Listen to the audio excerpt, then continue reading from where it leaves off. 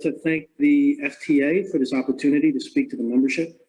I hope that you find this as interesting as it was to draft and prepare the presentation. And so without further ado, let me just jump right into it.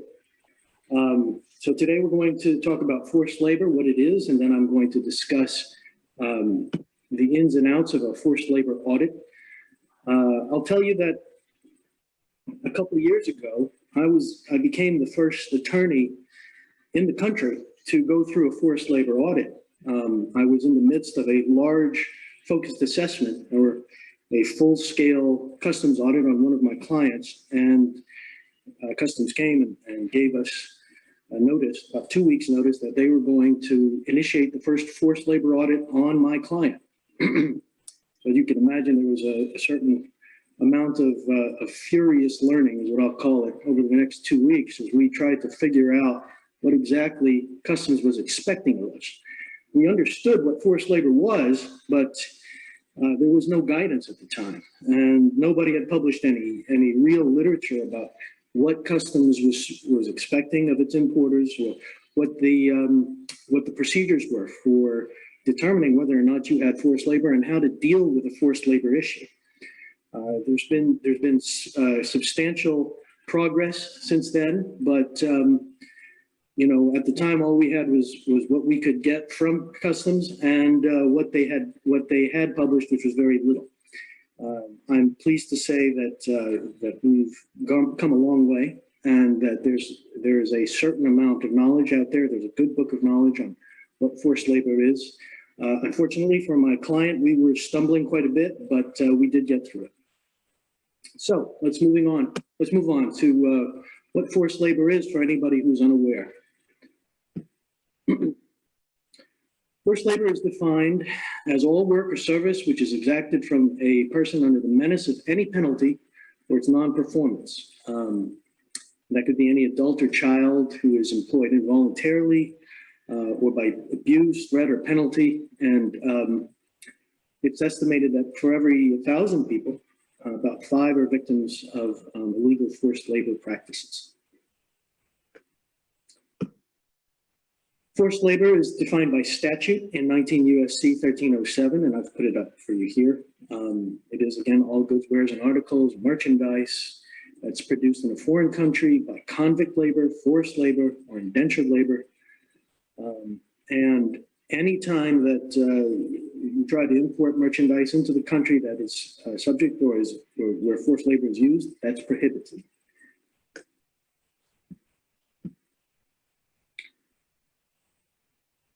Forced labor was first brought to the forefront of the U.S. Legal community under the Trade Facilitation and Trade Enforcement Act in February 24th, 2016. What happened is that they removed what's called the consumptive demand clause in 19 U.S.C. 1307, which allowed for the importation of forced labor produced goods if the goods were produced in such quantities in the U.S. as to meet the consumptive demands of the United States. What this meant was that if the U.S. believed that they didn't have the ability, or that the industry in the U.S. didn't have the ability to produce the amount of goods that the consumers in the U.S. wanted, the U.S. would turn a blind eye to how they were producing those in foreign countries, producing that merchandise in foreign countries. As you can imagine, that language probably rankled a few people, and so they changed it in 2016.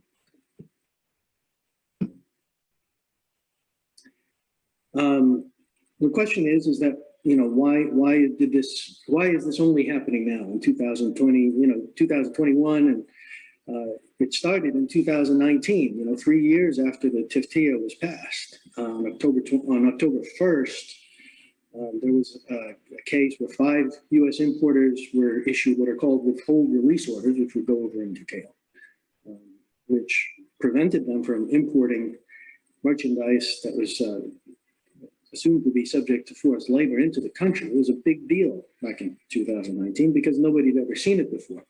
I remember reading about it and thinking, wow, this is This is going to change the layout of our industry. And then on October 2nd, that's when CBP decided to conduct its forced labor audit on my client.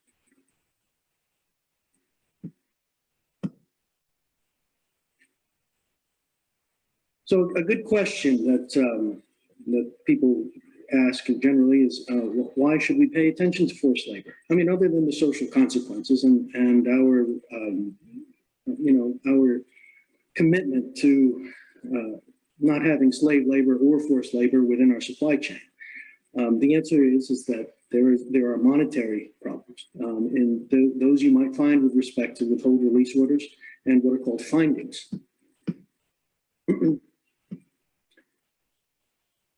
If CBP determines that that a good has been made through forced labor, and it might receive that data through a review of its own import data, or a whistleblower might come forward and tell CBP. Sometimes there are NGOs who might tell CBP that certain merchandise from certain provinces in China are being made with forced labor, and CBP determines that it has reasonable but not conclusive evidence that certain goods are made with forced labor. It can issue what's called a withhold release order, and that withhold release order is what it sounds like. It withholds release of the goods. While CBP reviews the data and any additional information and that it can get from the importer or anybody else.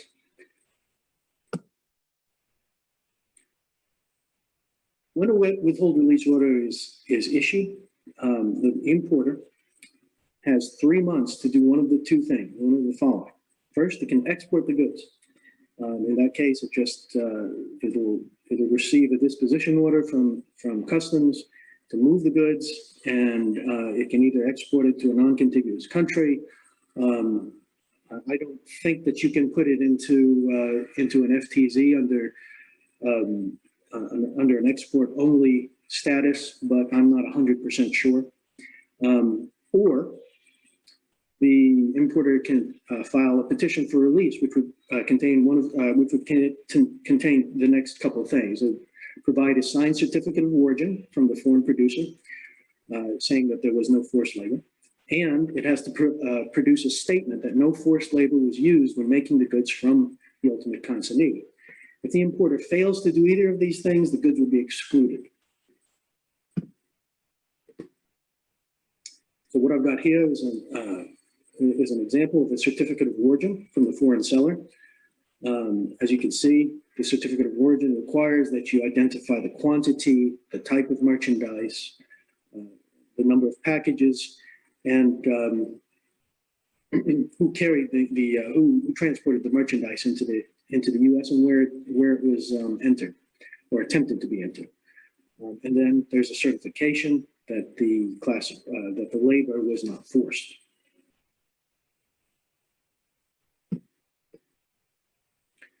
More importantly, and I would assume that most foreign producers would be willing to sign that document, or they would sign it without much thought. But more importantly, you must also produce a statement that no forced labor was used by the ultimate consignee. And those are the following are the three elements of that statement. You have to show that you made every reasonable effort to determine the source of the merchandise and the character of the labor. You have to conduct an investigation and provide reports of that investigation, and then your belief of what that what that labor was. In the case of trying to get it released, of course, it's not forced labor.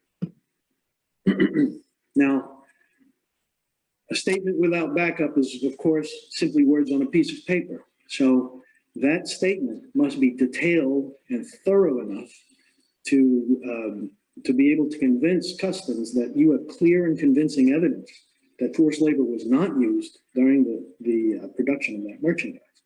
And that statement would generally be in the form of a very good supply chain audit. And I'm going to explain why that's so important in the next few slides. The next type of thing that might be issued against an importer who doesn't follow the forced labor laws might find themselves finding themselves facing a finding. A finding is a publication in the Federal Register that occurs when CBP, generally reviews or looks at evidence that there was forced labor in a supply chain. So it happens mostly after a withhold WRO, excuse me, and the WRO may instruct CBP to investigate a certain supply chain, which would require them to issue a finding. So depending on the evidence that has been presented, the finding may instruct all ports to immediately and upon invitation seize merchandise from certain producers.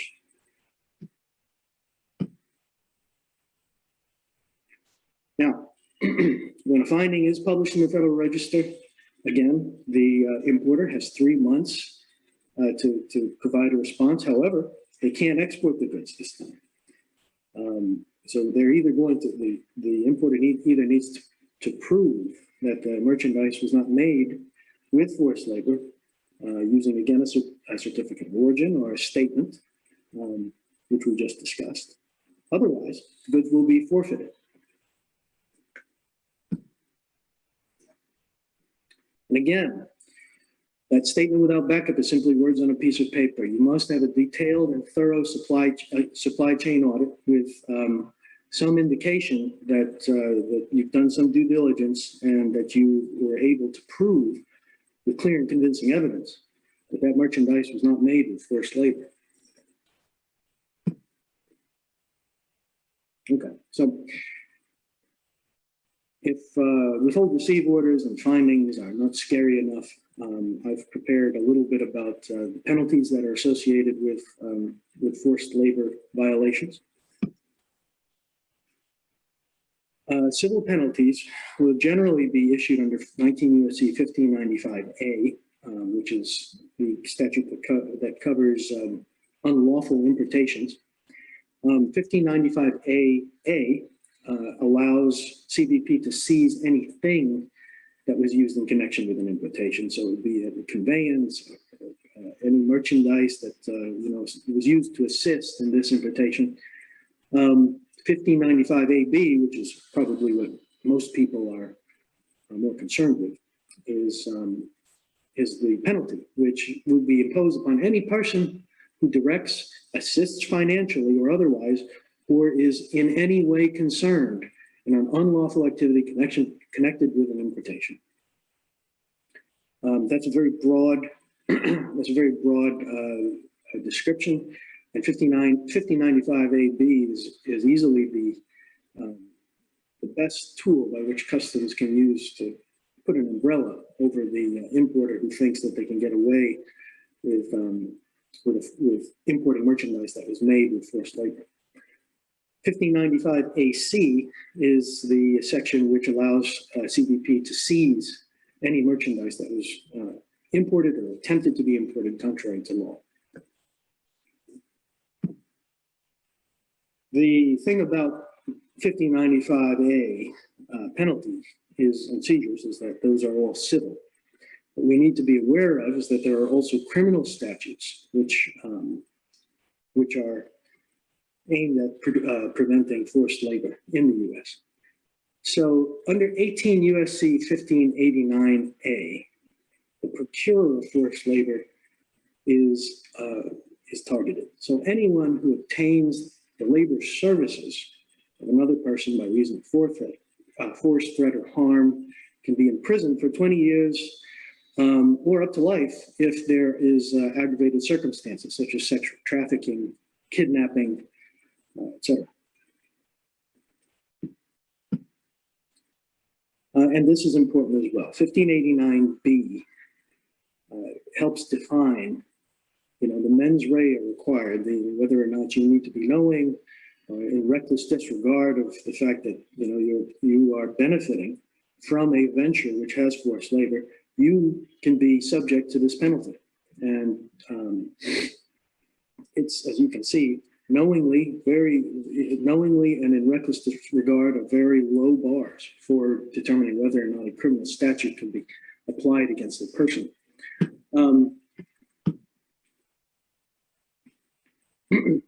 Reckless disregard is used in 18 U.S.C. 1001 is when a person consciously avoids learning the facts associated with their conduct. So you can't just stick your head in the sand and say, look, I had no idea. So it's incumbent on people who may be at risk of forced labor penalties to be aware that the criminal bar, which is very low, can be applied against them. And as this was brought up in another webinar, which I participated in, apparently Customs believes that domestic customers, not the final user, not the consumer, but anybody who is in that supply chain, even in the US, may be liable. So it's very important that we review these supply chains and maintain a certain amount of vigilance going forward.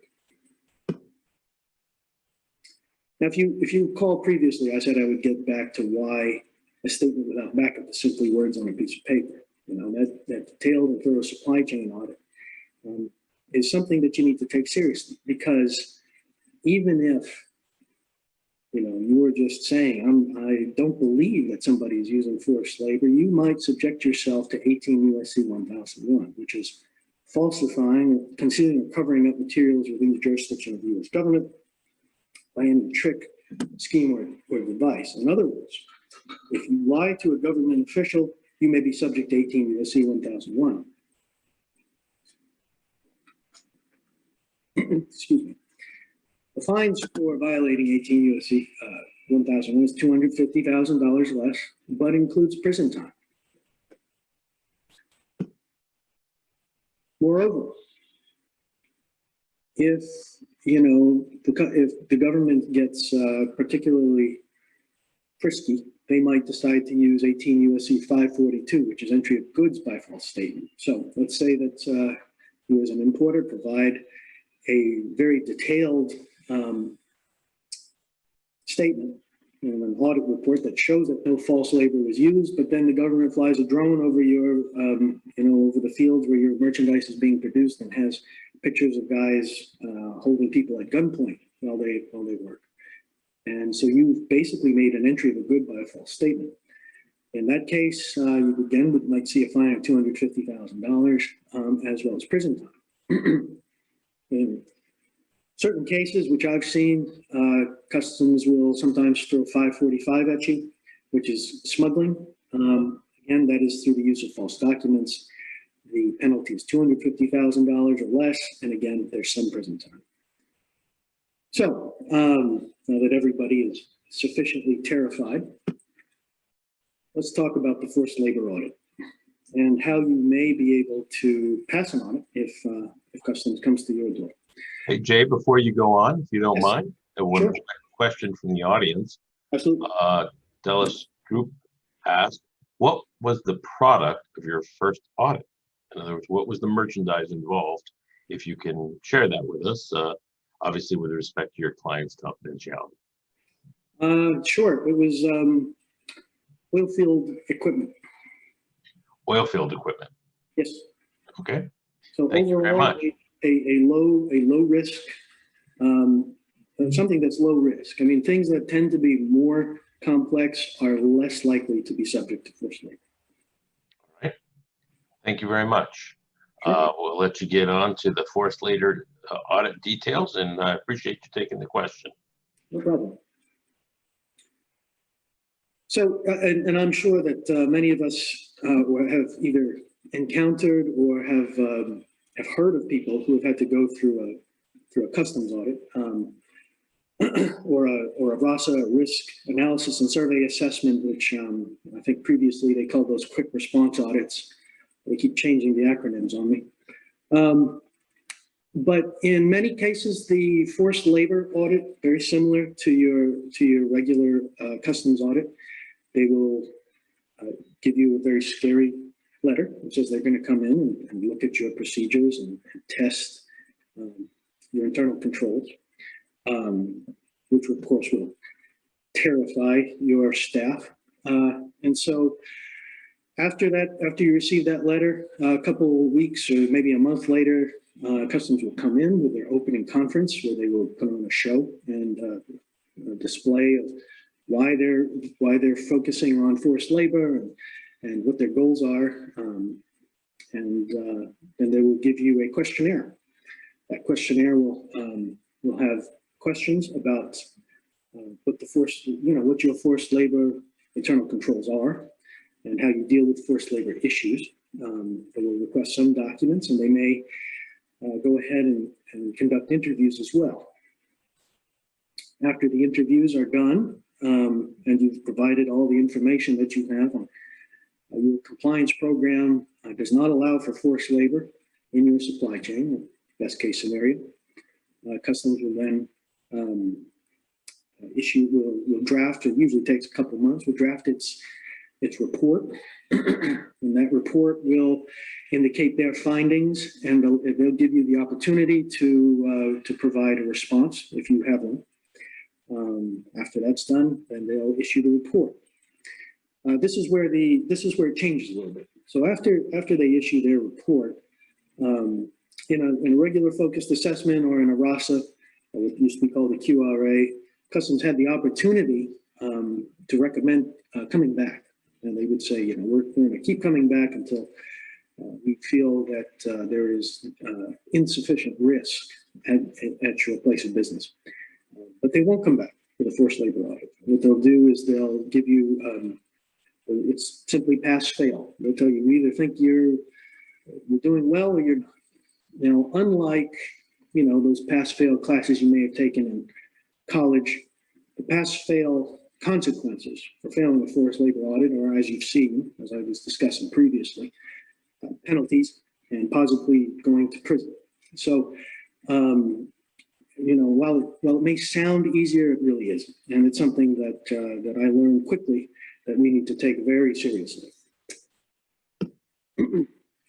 So what you have here is this is the letter. This is the first one that Customs issued to an importer. They basically just took the language off of a regular audit and said focused assessment forced labor, FAFL. You'll see here that they identify that they're looking at forced labor, but those 3 bullet points are where the meat of this letter is. They want the importer to show that that importer has demonstrated his awareness and commitment to addressing forced labor, that it is conducting labor risk assessments, and is able to trace through its supply chain, and it has policies and procedures. And then finally, that it's able to monitor the activities of those producers in foreign countries. Moreover, you'll see at the very bottom there that they reference the forced labor questionnaire, and that there may be some interviews.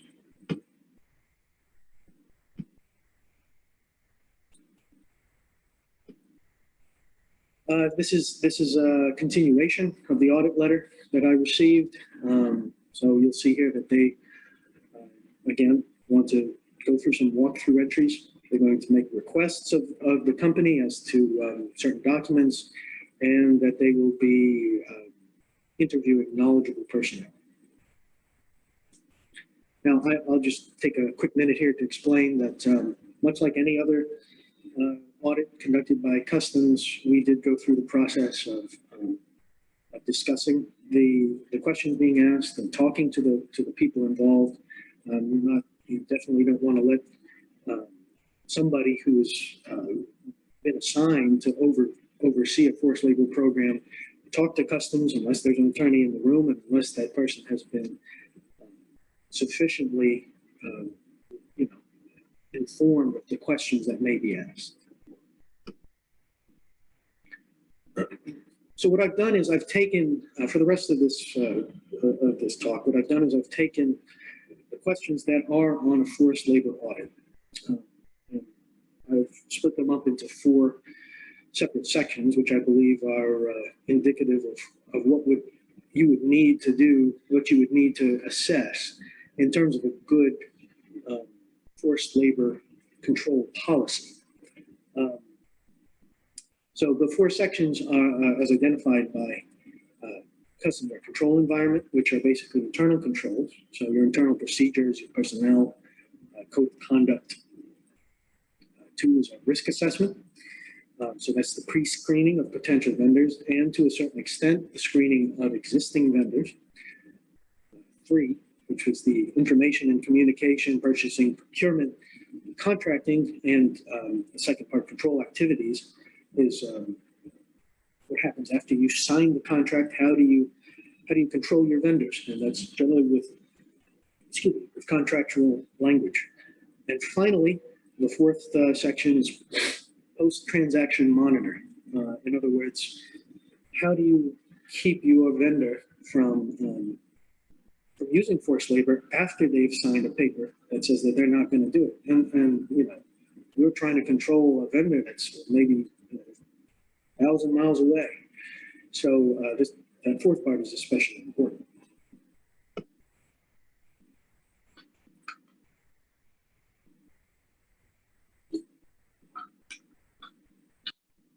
So moving on to the first section, what internal controls does your company have to combat forced labor?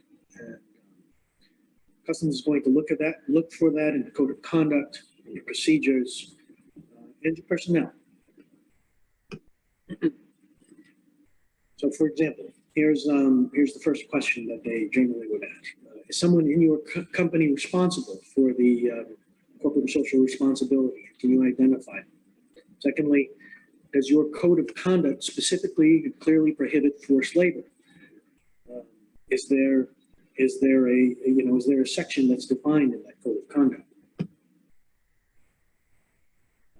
Here's another question. Does the company have a written policy that prohibits the use of forced labor? And is that policy communicated to both the, in this case, to the suppliers, but also to your existing employees? And then here's specifically how do you convey that code of conduct, the code of ethics, to new and existing suppliers as well as the employees, and finally, how you're supposed to deal with those. One thing I saw, I've been seeing with respect to, when I've gone through these forced labor reviews for companies is that, and this comes about because many companies, when they're subject to an audit, customs will pick a period in the past. So it's kind of difficult, if you didn't know about forced labor previously, as we didn't know, that you needed to have it a year ago. So what many companies try to do is to say, well, we have this section which seems to address forced labor, but it's not actually identified as forced labor. So and this might seem like a common sense, but you must have a forced labor section. You must have in big letters forced labor on it. That's something that I've seen customs nitpick about because they say that it's hidden within the code of conduct. Another thing about that code of conduct is that it needs to be specific to U.S. law. One of my clients tried to say that they had a section in their code of conduct which addressed the UK anti-slavery law, and that since that was very similar to the U.S. law, that it covered forced labor, and we were denied in that respect. So it's important that the U.S. law is defined and that it is that you even cite 19 U.S.C. 1307. It's important that the code of conduct has a formal as well as an anonymous escalation path for whistleblowers, such that an employee who wants to bring a forced labor issue to the attention of interested parties will not face any sort of repercussions for that information. And finally, forced labor must be included in any training for new employees. As you know, if you don't write something down and you don't record it, you don't get credit for it, much like writing down sales. So if you don't have something written down that says that forced labor will be part of the training, and then you don't have something that shows that you actually train your people, that Customs isn't going to believe that they received that training. The second element of a control environment are procedures. Now, sometimes one of my clients wanted to make a forced labor manual by itself, but I thought that was a little bit overboard. I usually recommend that they make the forced labor section part of the import compliance manual, and it fits in well because Customs is enforcing it. Again, you need to explicitly define what forced labor is and specify that it's forced labor under United States law in that import compliance manual. So if you have an international import compliance manual, it's better to take all the US law, or at least take the US law section and take the forced labor section, put it next to everything that has to do with United States law. And then within those procedures, you need to discuss the existing vendor review, the new vendor review, the contractual considerations, and the how you monitor your vendors. So regular supply chain audits, that may sound familiar because it's the same thing that Customs was asking about in the very beginning. Finally, the final element of a control environment are personnel. In other words, who oversees the forced labor requirements. CBP needs to know that somebody has the power to review and reject contracts. In other words, that it's within the procedures of the company to look at forced labor concerns and not only address them, but tell a vendor that we can't go forward. And the second thing, this might seem trivial, but if you can't travel to the place or you can't approve somebody to at least look at the labor practices of a vendor in some way, then there's no way that you can conduct an audit. And finally, that person needs to be able to reject shipments or fire producers if need be.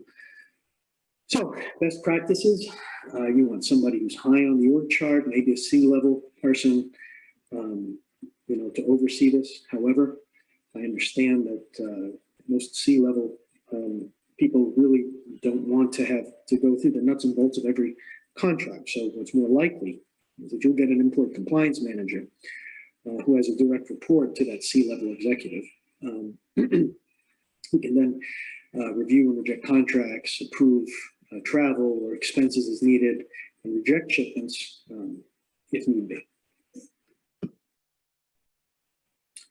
Number two, in the next section in the forced labor questionnaire is the risk assessment portion, which is the pre-screening of potential vendors.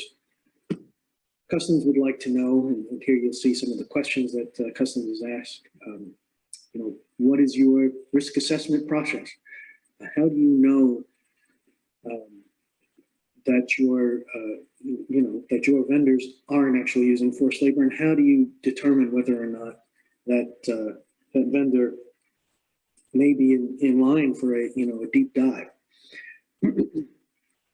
Again, they'd like to know who the personnel is, who have you assigned to review, to do these know your customer or know your vendor type inquiries.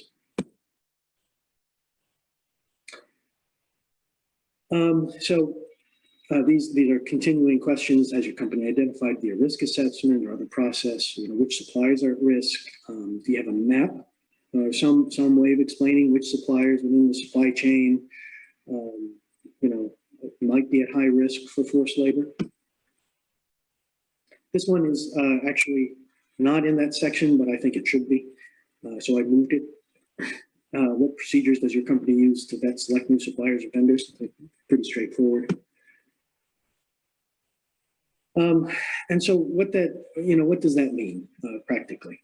It means that you need to do a risk assessment on the company that you want to purchase from, that foreign company, and you need to, as we discussed previously, it's any company in the supply chain. So what we're going to be doing is look at, how are people hired by that foreign company? Is there a labor recruiter, or do they have an HR department? A labor recruiter is a person who finds people who are in need and tells them, I've got a great job for you. All you have to do is come with me. I'll pay for your boarding and your travel and any other expenses. And then when they get there, they tell them, well, you need to pay it back. And they take that money and say, until you work off your debt, you're under my thumb. That's what a labor recruiter does. So here's the question: are they getting it through a labor recruiter, or is there an HR department at that company? If there's an HR department, it's less likely that there's forced labor being used. How are the employee payment records being kept? I mean, are the employees being paid by cash, which is hard to track, or are they being paid by check? If it's check, I mean, you've got you can take those checks, you can compare them to the national standard for people in that industry and see whether or not they're being paid enough. They're being paid too much. That's great. Probably less of a chance of forced labor. Another thing, employee benefits. I mean, is there an employee? Is running water an employee benefit, or do the employees have health plans? If there are health plans, obviously less chance of forced labor. This next one, I know this may seem silly, but there needs to be a location review done on that vendor. Is the vendor located at an industrial park? Or, as you'll see from some of the withhold release orders from China, was it conducted in a re-education camp or a prison? Obviously, if it's a prison or re-education camp, it's high risk. You can do this through Google, Google Maps. You can shows you can almost see the guard towers if need be. That's a supply chain audit. Should include a plant walkthrough with pictures. And if the company has procedures, if it has a forced labor section in its manual or a manual at all, that would be a good thing to have, to be able to show that there was a higher or less risk.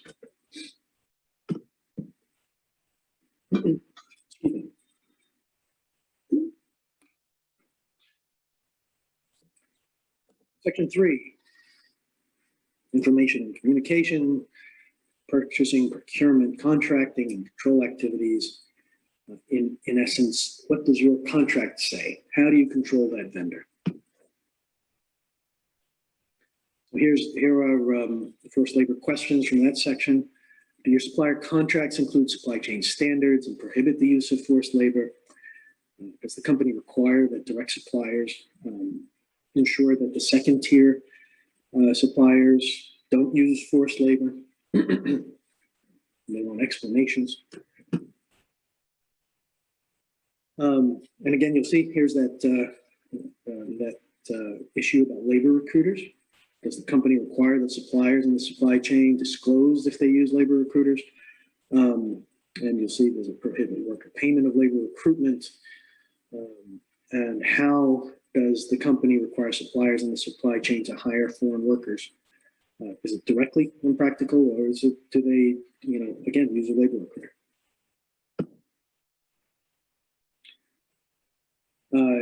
What procedures does your company use to confirm the certification of origin of imported items? Again, this goes towards whether or not that company says, yeah, no, here's our plant. We don't have any forced labor here, and then somewhere down the road they just move their plant somewhere else, and then they use the forced labor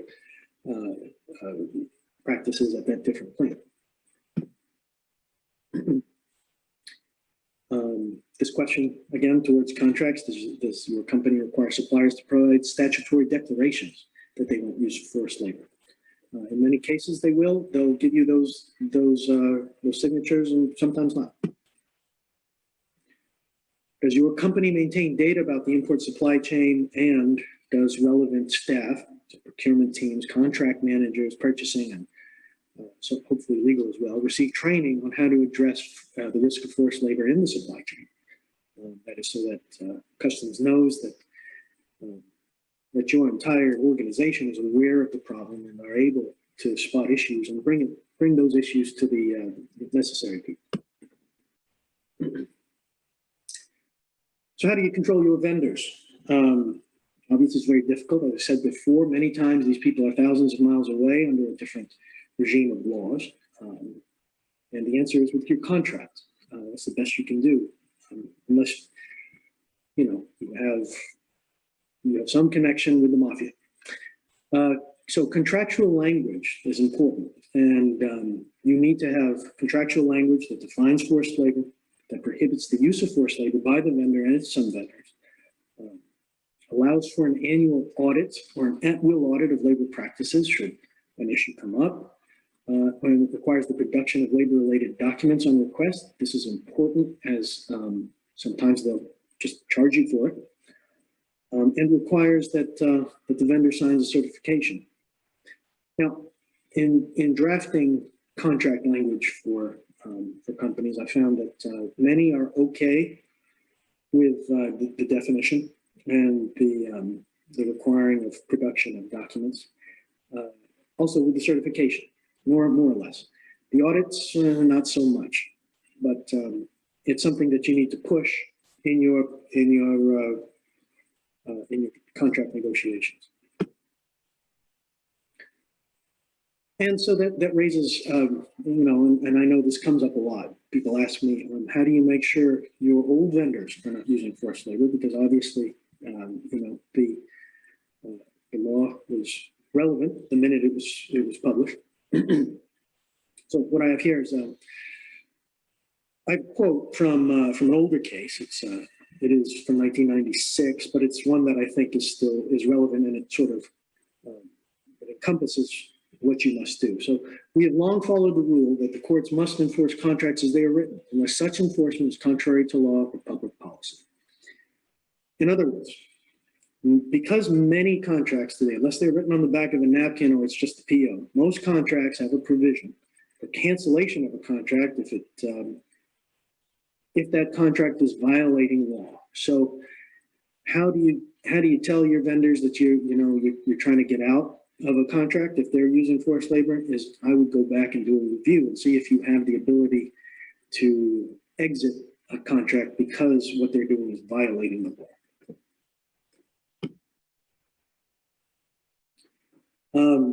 What's easier to do, obviously, is to take care of this issue in the beginning. So make sure you train your staff, and that includes procurement, purchasing, anybody with contract approval rights. They need to be aware of forced labor.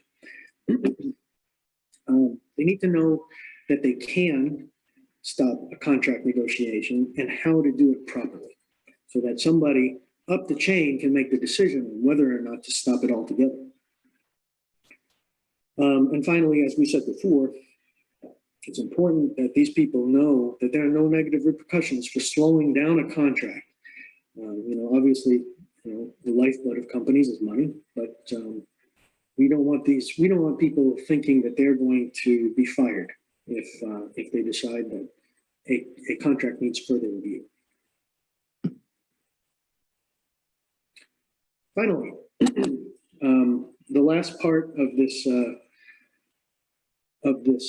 questionnaire covers monitoring. So what do you do after you've signed that contract? They've agreed to sign the certifications. They give you access to their records, as well as your agent has gone and reviewed the floor, hasn't seen anybody with weapons or whips. What do you do to make sure that that company doesn't simply close down and reopen with forced labor the next day? So here are some of the questions that Customs asks. Does the supplier contract include clauses to monitor the use of a prohibited form of forced labor? Be real careful. This one I've included 502. I've included this here because I want you to be aware that Customs is going to ask you questions that you need to be very careful about when you answer. Has your company found any suppliers that used a prohibited form of forced labor?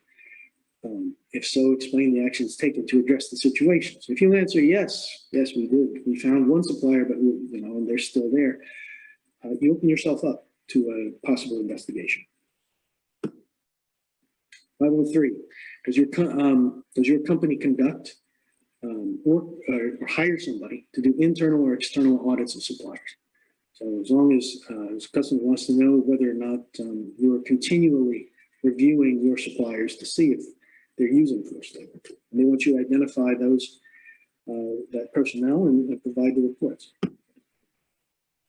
How are your suppliers selected? This is actually goes towards, whether or not you need to do a deep dive into a certain supplier, after they've signed a contract because they're in a high risk area, or whether or not you can let them go for a year without having to look at them. Again, 505, did any of the internal or external audits evaluate labor conditions at the suppliers' manufacturers? This is, again, they want to make sure that you're looking at actual labor conditions. So when you're looking at your procedures manual, and obviously, there are some importers who have thousands of vendors. I have one client that has 60,000 vendors across the board. So they have to do a risk assessment based on, the company's onboarding assessment. Where was that foreign vendor located? Were they bringing in cotton? Were they bringing in something that was a low risk? Or were they doing something, have they been doing something in the past? What was their history before the contract? Are there news articles about them? Or they might have changed management and have become less of a risk. Where are they located and what's the product? And then this may seem familiar, but you might have to do a company audit maybe once a year, or depending, you might have to do it more than that if they're a high risk company, where you look at employee payment records, the management structure and ownership. How do they deal with new hires, and what are their current hiring practices, rather than what they gave you a year ago when you interviewed them the first time. And again, you want to get a plant walkthrough with pictures. The monitoring is especially important, more so to the importer, because at the end of the day, if the vendor decides to use forced labor and you're not monitoring it, you will be liable for their basically their change in plans. I believe that's it. Thank you for your time. I'll entertain any questions. I like questions, so Well, Jay, thank you very much for your detailed and comprehensive overview of the subject.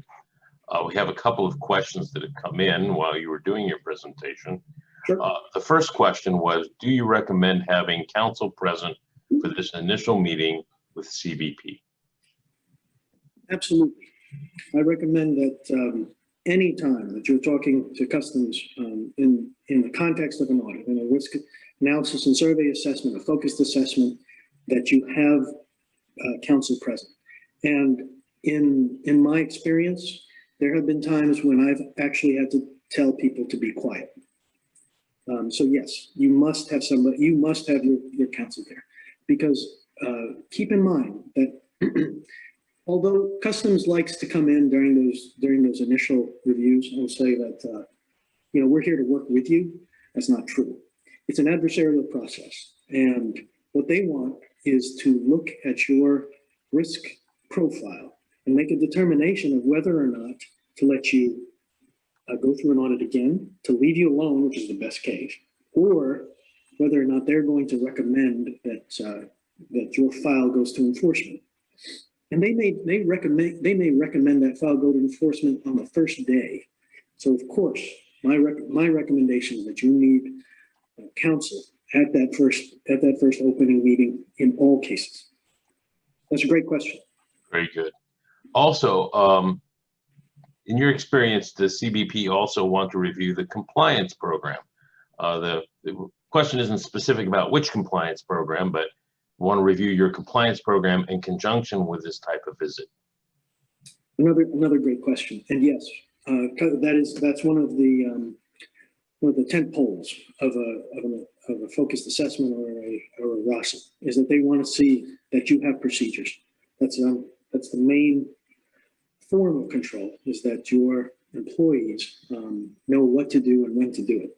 And that if a certain event comes up which is outside of the realm of your procedures, that employees know that there's a certain procedure that they have to follow so that things don't go off the rails. Great question. Great. Also, a last question here is about more of a process. I believe we've all agreed to assist with the production of the slides at the end of this, and that you'll be producing some portion of these as well. We got a few extra questions that have come in below this in response to the questions, in response to the question. Basically, we've answered the question that a recording and a copy of the presentation materials can be will be provided to all registrants. So don't worry about that. We'll be following up with you on that. Then if you do not have a compliance program, what is your guidance typically? That's interesting, good question, because many importers don't have compliance programs. My first thing to do is to tell people who don't have them that they obviously need one. It's now with respect to, compliance programs are interesting things because they can be scaled up or down depending on what the client needs. And if you're a one-man shop, you have one person in compliance, you may not need all the procedures. However, if you're a substantial company with substantial money that is coming through the courts, you're going to need a robust compliance program. And what I recommend, first of all, in this order, is never tell customs that you rely on the broker for compliance. Never do that, because customs wants to know that you as the importer are taking responsibility. You may ask the broker. The brokers are very knowledgeable, and I like brokers. It's just that customs in going through these assessments want to know that the importer is responsible and knowledgeable. And then the second thing is, of course, let's go get that compliance manual in some form. Got it. Thank you so much. We have another couple of questions here if you have time. Yeah, a little bit past time, so I'm going to continue because we still have quite a few participants on the line. I'm sure there's no objection to getting a little more information if you're game. No, I'm fine. If you get we got a detention notice, but our supplier has no documents. What CBP is has no documents concerning what CBP is asking, but we do know that it's not from forced labor. These procedures will help us to get our goods released. Also, we were requested to submit samples via Form 28. So just to rephrase the question a little bit is we got a detention notice, but our supplier has no documents in response to what CBP is requesting. But the question seems to believe that they know it's not from forced labor. Will these procedures help us to get our goods released? And there was a sample requesting a form. There was a sample of the, I'm assuming that it's a garment on Form 28.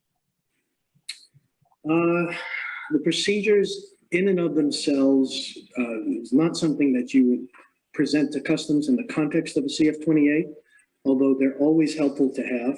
So, and I think for your purposes, the best thing to do would be, and obviously I don't know what that CF-28 says. I think it sounds like it's either a classification or valuation issue, but probably classification since they want samples. So assuming it's classification, the best thing to do would be to verify that that the classification is correct. I'm a little bit uncertain which documents they want from the vendor. That would be something that would help me answer that question better. But to give you a quick answer, in this case alone, I don't think, unless they ask for it specifically, that the procedures are going to help you in getting out of the CF-28. What the procedures will do will help you, if customs comes back or issues a penalty, you can use that CF-20, I'm sorry, you can use those procedures to mitigate the penalty. Yeah, to mitigate, more of a mitigation tool That's right. to show that you exercise reasonable care rather than to necessarily release those goods as a specific Right. concept. We need to do a deeper dive into the facts of that to give you a better idea of how to fix it. Right. Do you have an estimate of when CBP might be publishing some forced labor regulations specifically, or anything to that accord, a little more meat on the bone, as it were, short of the prohibition under 1307? CBP has already published its regulations under 19 CFR 12.42 and I believe 43 and 4. If I've not, hopefully I'm not too old and I've got that right. However, here talking as to guidance, and they have published some guidance on the website, as well as, and you'll find that much of their guidance is not as specific as it could be.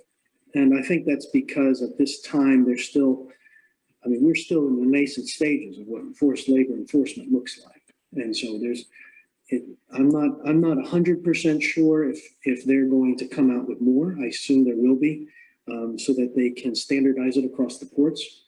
But you probably won't see immediate standardization until somebody gets a really easy path and somebody gets a real hard case against them and then makes us think about it. Got it. Well, and a couple other questions, somewhat along the lines of what we talked about before our webinar here today, Jay.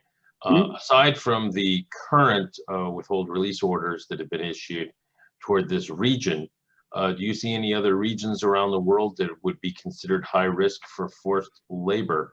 I'll mention specifically that I know that some of the stands, Turkmenistan has a long-standing cotton forced labor issue that has been out there. Can you think of any others?